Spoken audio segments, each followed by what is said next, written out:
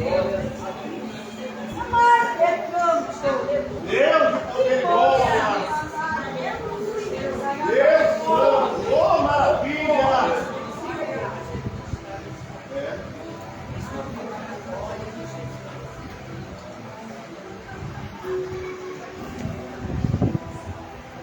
Cumprimenta a igreja com a paz do Senhor Jesus, amém, igreja? Amém!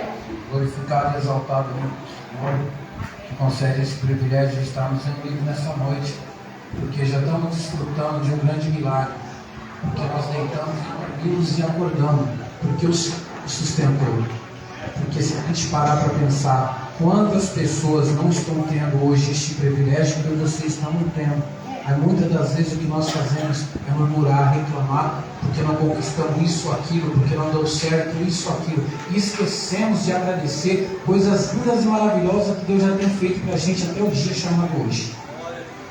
Quero convidar a igreja que pode se pôr sobre seus pés, em nome de Jesus, para lermos a palavra introdutória nesta noite. Amém. Glória a Deus. Aleluia a Deus. Pode abrir lá no livro de Esther, porque, para a honra e glória de Deus, hoje me confirmando, nós vamos tratar de um assunto, uma campanha sobre livramento. E o nosso estimado pastor nessa noite, ele já trouxe aqui uma revelação divina, confirmando com a palavra que Deus estava dando livramento de morte. E hoje vamos adentrar uma mensagem a qual tem um título, dizendo dessa seguinte forma: Deus muda decreto. Repita assim comigo, igreja: Deus muda decreto. Não, tá fraco. Alguém não almoçou, não jantou. De novo, 1, 2, 3. Deus muda decreto. Amém. Capítulo 8 do livro de Esther, verso 7 em diante, que diz assim: Então disse o rei Assuero à rainha Esther e ao judeu Mardoqueu: Eis que dei a Esther a casa de Amã, e a ele enforcaram numa forca, porquanto quiseram pôr as mãos sobre os judeus. Escrevei, pois, aos judeus, como parecer bem aos vossos olhos, e em nome do rei, e selai-o com o anel do rei. Porque a escritura que se escreve em nome do rei, e se sela com o anel do rei, não é para revogar. Então foram chamados os escrivãos do rei naquele mesmo tempo, e no mesmo terceiro, que é o mês de Sivan, aos 23 do mesmo, e se escreveu conforme tudo quanto ordenou Mardoqueu aos judeus, como também aos satrapas, e aos governadores, e aos maiorais das províncias, que se estendem da Índia até a Etiópia, 127 províncias, a cada província segundo a sua escritura, e a cada povo conforme a sua língua, como também aos judeus, segundo a sua escritura, e conforme a sua língua, e se escreveu em nome do rei Assuero, e se selou com o anel do rei, e se enviaram as cartas pela mão de correios a cavalo, e que cavalgavam sobre ginetes, que eram das cavalariças do rei. Nelas o rei concedia aos judeus que havia em cada cidade que se reunisse e se dispusesse para defenderem as suas vidas, e para destruírem e matarem e assolarem todas as forças dos povos e províncias, que eles apertassem, crianças e mulheres, e que se saqueasse o seu despojo. Pode tomar os seus assentos, desocupar a sua mão e começar a glorificar o Senhor, porque Ele está na casa. Glória! A palavra do Senhor nesta noite vai dizer acerca de um decreto. Por isso que Deus ele me deu esse tema, que Deus ele muda decreto. Porque nesta época havia um rei cujo nome era Rei Assuero, ou também conhecido como Artaxerxes, um rei que reinou em 127 províncias. Ele tinha grande glamour, muito ouro, muita prata, muitas condições financeiras naquela época. E ele decide até mesmo conceder uma festa com aproximadamente 6 meses de duração. E ele reúne todos para mostrar a sua grandeza, para mostrar o teu poder, para mostrar quão grandes coisas ele tinha. E havia uma rainha chamada Vasti, que ocupava o trono real juntamente com o rei Assur. Mas a palavra de Deus diz que este rei, já embriagado, ele toma uma atitude de trazer a rainha à presença de todos, com a sua coroa real. A Bíblia nos narra, nos diz que Vasti, ela recusa esta oportunidade de estar junto com o rei. E teve consequência por ela recusar isso.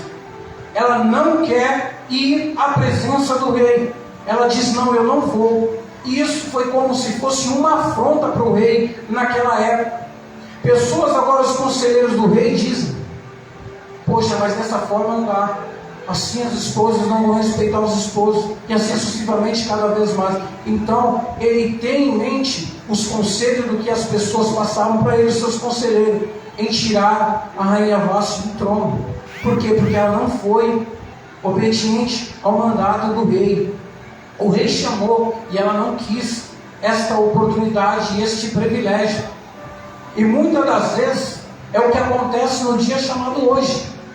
O rei está chamando, vem para a minha presença.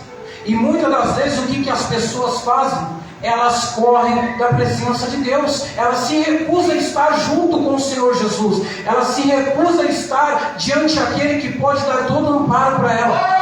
E muitas das vezes essa decisão pode trazer consequência ruim. Porque a palavra de Deus diz que é tirado de Vasti seu reinado.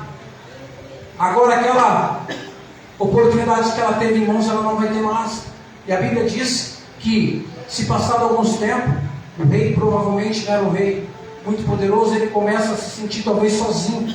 E ele agora começa a receber conselhos novamente que se reunisse todas as moças virgens daquela região, da cidade de Suzã, para que se atentasse na presença do rei, e aquela cujo rei se agradasse, seria agora uma nova rainha. E para a glória de Deus tinha uma mulher chamada Esther, que foi criada pelo seu próprio primo, quando seu pai faleceu, que se chamava Mardoqueu. A palavra de Deus diz que Esther agrada aos olhos de todo, porque se separou, ficou alguns dias, alguns meses, melhor dizendo, sendo preparado para entrar na presença do rei. Mas quando ela entrou na presença do rei, nada ela levou. Ela foi simplesmente com humildade e confiança em Deus, não acrescentou nada. E o que ela trouxe? Agrado diante de Deus. É com humildade, é com simplicidade que eu e você vai agradar o rei da glória. Porque creio eu que todas as mulheres ficaram como? Toda pomposa, toda bonitona. Porém Esther, a Bíblia diz e narra que ela não levou nada. Quis ir simplesmente com a beleza única que o rei da glória tinha dado a ela. E isso que atraiu a atenção do rei para com a vida dela. E ela foi o que? Escolhida para estar sendo agora a nova rainha. E a palavra do Senhor me diz que ela ocupa o trono em Mardoqueu. Seu primo dá uma ordem para ela, Esther, não diz de que parente nós somos, do que tu é, não fala nada. E ela guarda isso em segredo, permanece lá no trono, mas a Bíblia diz que Mardoqueu de vez em quando passava na frente do palácio para ver como estava agora a tua prima, agora ele mudou como filha. Vai ver como ela está, sempre observar. E a palavra de Deus diz que naquela época havia um homem cujo nome era Amã. O rei agora resolve exaltar Amã, coloca ele como seu braço direito, e todas as pessoas que o viam tinham que se prostrar diante de Amã. Mas a palavra de Deus diz que havia um homem cujo nome era Mardoqueu, que diante do homem não se prostrava, só se prostrava perante o general de guerra. E isso agora veio trazer o que? Furor ao coração de Amã. Porque ele via todos se prostrar, mas ele, quando via que Mardoqueu não se prostrava, quando ele ficou sabendo que Mardoqueu não se prostrava diante da autoridade que ele tinha, ele começa a se enfurecer. Amã podia ter poder, Amã podia ter autoridade, mas Amã não tinha condições nenhuma de arrancar o que tinha dentro do coração de Mardoqueu. É o que também tem que forte, o pecado pode ter até isso ou aquilo, mas o que ele não pode é jamais arrancar a essência de um verdadeiro adorador dentro do meio do teu coração. Não tem como eu e você se prostrar diante daquilo que é forte, diante daquilo que tem poder, sendo contra a palavra de Deus. Porque Amã tinha grande poder. Olhando assim com os olhos fixos da terra, quando eu entro nas escrituras, é muito forte isso. Por quê? Porque um homem daquela patente, se talvez ele fizesse assim, Mordecai era exterminado. Mas mesmo assim ele não tinha medo, porque ele tinha medo daquele que poderia matar ele e lançar uma dele no inferno. E é o medo que tem que arder dentro do meu coração e do seu. Não temos que ter medo do homem desta terra. O nosso maior medo e confiança tem que estar em Deus, porque esse tem o poder de não somente matar essa carne aqui, mas também lançar nossa alma no inferno, se nós andarmos na desobediência. E a palavra vai dizer para mim e para você que por conta disso arde o coração de Amã de ódio de Mardoqueu. E a palavra de Deus diz que durante este período acontece um imprevisto. Preste atenção nisso, que mais para frente você vai entender que tem pessoas aqui que vai receber essa bênção, que vai pegar esse manto. No início de tudo isso que está acontecendo, Bigtã e Teres, dois soldados do rei, começam agora a fazer aquela fermentação e tentar destruir o rei que está no trono. E quem fica sabendo disso que está acontecendo, nessa ida e vinda e ver como a sua prima estava? Mardoqueu. Ele fica sabendo que Bigtã e Teres estão tentando contra a vida do rei. Ele agora vai lá e diz para sua prima Esther: ó, está acontecendo isso e aquilo. Esther vai e diz para o rei. O que acontece com Bigtã e Teres? Eles são exterminados. Mas imediato, Mardoqueu era para ser como honrado naquele momento. Mardoqueu era para ser uma pessoa estimada pelo rei. A Bíblia relata que nada se fizeram por Mardoqueu naquele momento. Sabe por quê? Ainda não era tempo. Tem bênção para você que ainda está por vir. Tem vitória para você nesta noite que ainda está por vir. Está nos livros das crônicas. No momento exato vai vir à tona. Não está esquecido. Pode estar esquecido perante o homem, mas vai ver como o grandão da Galileia trabalha, como Jesus de Nazaré, aquele que tem poder sobre os céus e a terra, age. Porque a palavra de Deus diz que nada fizeram Mardoqueu. Se passar um tempo, Amã agora começa a querer perseguir, começa agora a querer destruir. Mas o que é mais interessante é que Amã não quer somente destruir Mardoqueu, Amã quer destruir agora todo o povo judeu. Quer colocar a mão sobre todos. E ele chega diante da presença do rei e diz: ó, rei, há um povo aí, ó, cujo os mandamentos não são igual ao Senhor. E assim sucessivamente falou lá a história. Troca um diálogo com o rei. Como ele era um homem, né, bigode grosso, da patente alta, tinha uma influência forte. Ele falou: ó, faz aí o que você quiser, que esse povo está nas tuas mãos. E a Bíblia diz que sai um decreto. E observamos bem o que é um decreto. Um decreto tem um grande poder. Ele tem uma grande influência. Sai um decreto agora, assinado pelo anel do rei. E tudo que o rei se assinava não se podia revogar. Algo muito interessante, não se podia se revogar. Sai um decreto que, em tal data, todos os judeus seriam exterminados e arrancados da face da terra.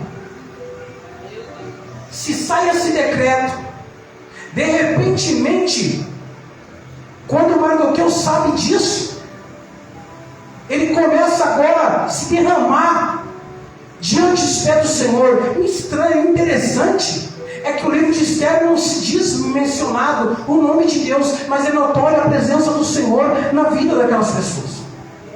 Mas Mardoqueu agora coloca pano de saco de cinza, começa agora a se humilhar. Isso chega até no trono onde Esther estava.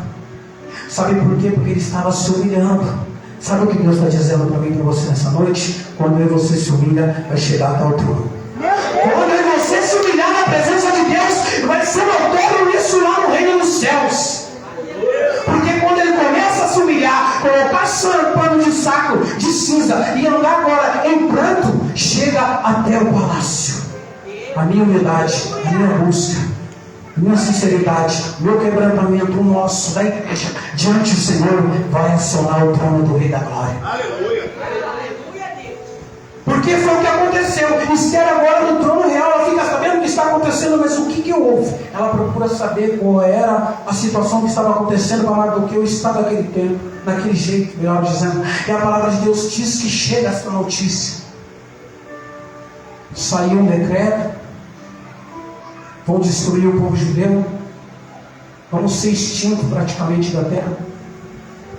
E a palavra de Deus diz que Esther ficou de braço cruzado, igreja. Ajuda eu a pegar a igreja. Esther ficou de braço cruzado? Esther não ficou de braço cruzado. Esther começa agora a ter uma direção de Deus, ter uma direção do Senhor. Se reúne todas as pessoas, ela manda cartas, manda para Mardoqueu, dizendo: jejue por mim, porque é uma lei que durante 30 dias, quem não entrar na presença do rei por ser chamado, e ir lá de enxerido e entrar, não há uma sentença senão a de morte. E até hoje eu não estou sendo mais chamado pelo rei. Mas ela toma uma decisão e diz: perecendo eu pereço. Ela dá a vida dela pelo povo judeu. E olha que interessante, Vasti se recusou a entrar na presença do rei sendo chamada. Esther, ela se coloca na presença do rei sem ser convidada, correndo o risco de morrer. Ela toma essa decisão de entrar na presença do rei, ousada, acreditando, buscando um jejum em conjunto. Está vendo como que a unidade de espírito é muito importante para a igreja? Isso Deus não está dizendo para a igreja. Não tem somente busca particular, até mesmo tem sim, mas a comunhão, a unidade de espírito, ela tem que existir dentro da igreja dos tempos de hoje. Não existe isso: irmão X, irmão B, não me reúno, não faço isso, não faço aquilo, não. Todos somos um povo escolhido por Deus e vamos ir para o mesmo lugar. Não vai ter lugar mais bonito para mim, não vai ter lugar mais bonito para você, não vai ter lugar mais bonito para ninguém aqui na volta dessa terra. Todos nós que somos salvos em Cristo Jesus vamos ocupar o mesmo lugar no reino dos céus. Aleluia! Glória! Porque já pensou se Esther lá no palácio? Ela tinha, vou ser sincero para vocês, somente por Deus poderia acontecer algo com ela lá. Se ela fala: quer saber de uma coisa? O problema não é meu, o problema é de quem está lá na cidade assim, não pensasse nos pequenininhos. Ela tinha uma rainha, jamais o rei Assuero, terrenamente falando, permitiria algo acontecer com ela, mas ela não deixou isso entrar dentro do coração. Ela se compadeceu daqueles que estavam à volta, ao redor. Aleluia, Deus!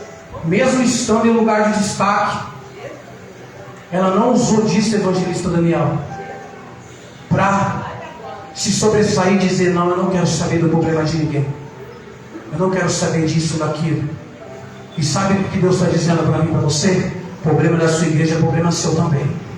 Dificuldade na tua igreja é dificuldade tua também. Dificuldade do teu pastor é dificuldade sua também.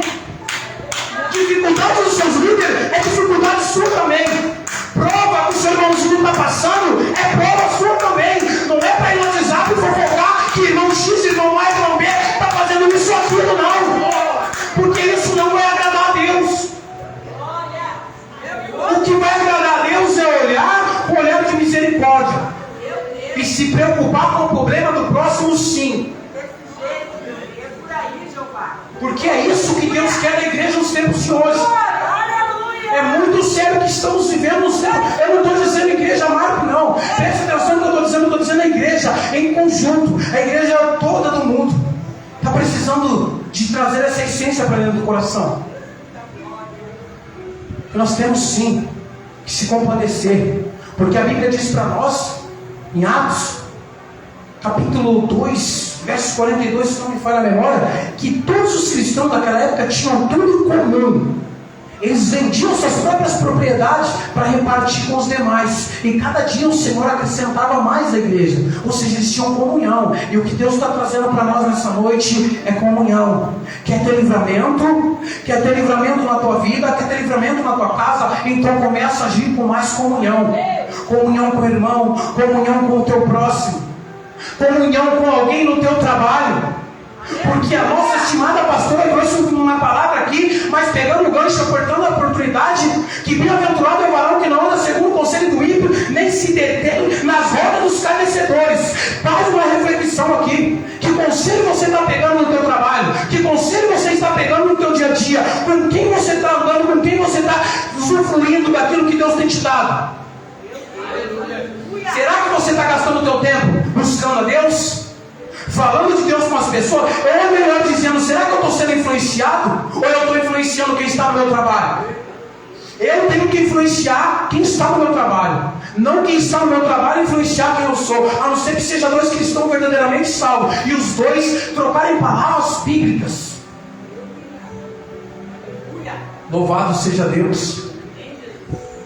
Santo Deus.